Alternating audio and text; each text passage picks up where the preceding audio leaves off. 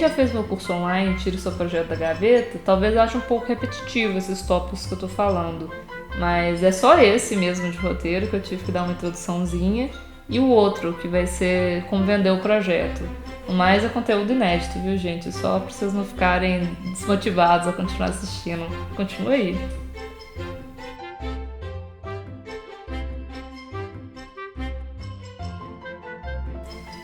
Toda expressão visual, ou audiovisual no caso, vem de uma ideia.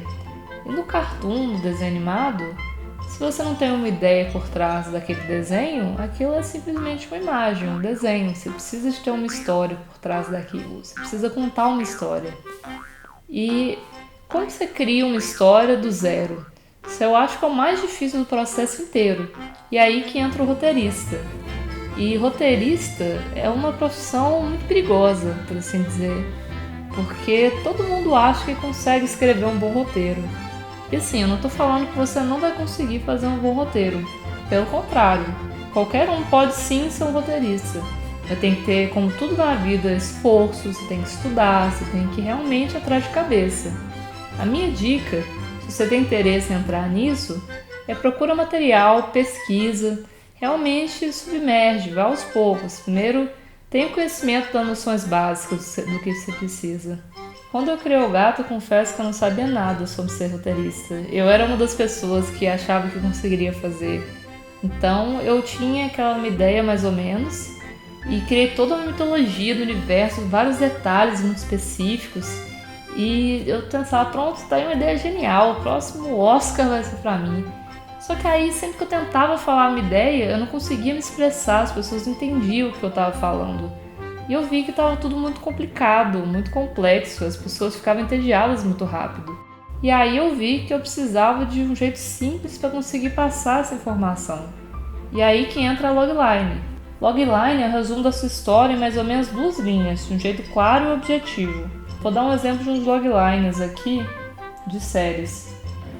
Cavalo Humanoide BoJack é uma estrela de Hollywood decadente e depressiva, em uma jornada de autodescoberta.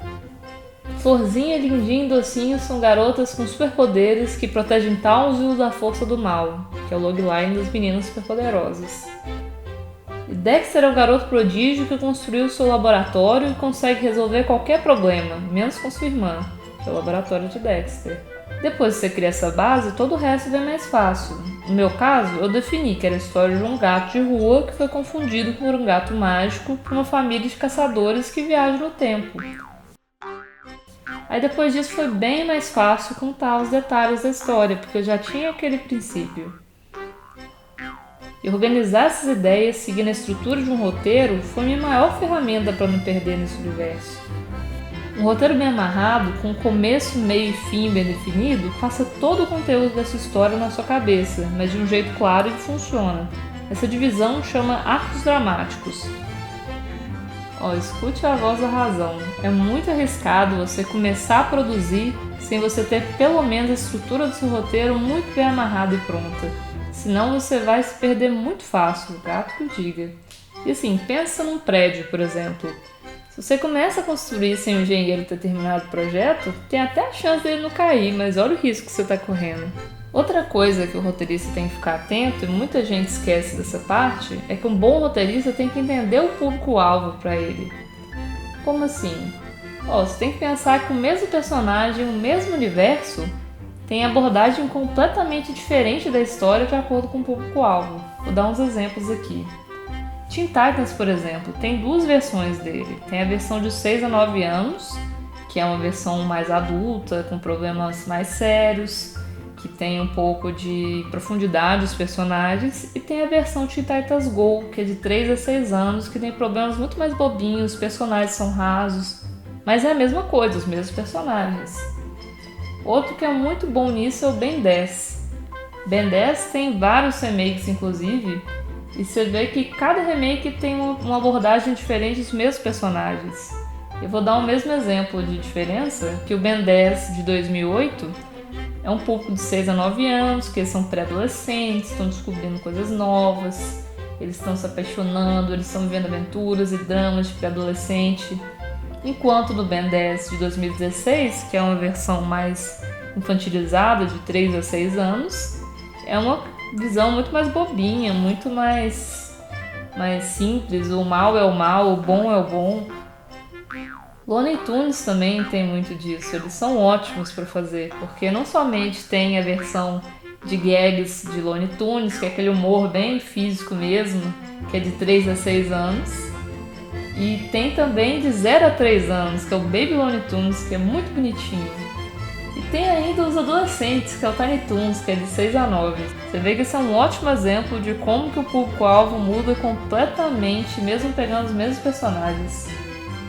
Ou seja, para evitar que tenha que adaptar o conteúdo, um bom roteirista tem que estar sempre estudando o que está acontecendo. E outra coisa, sempre estudando mesmo, assistindo coisas novas constantemente.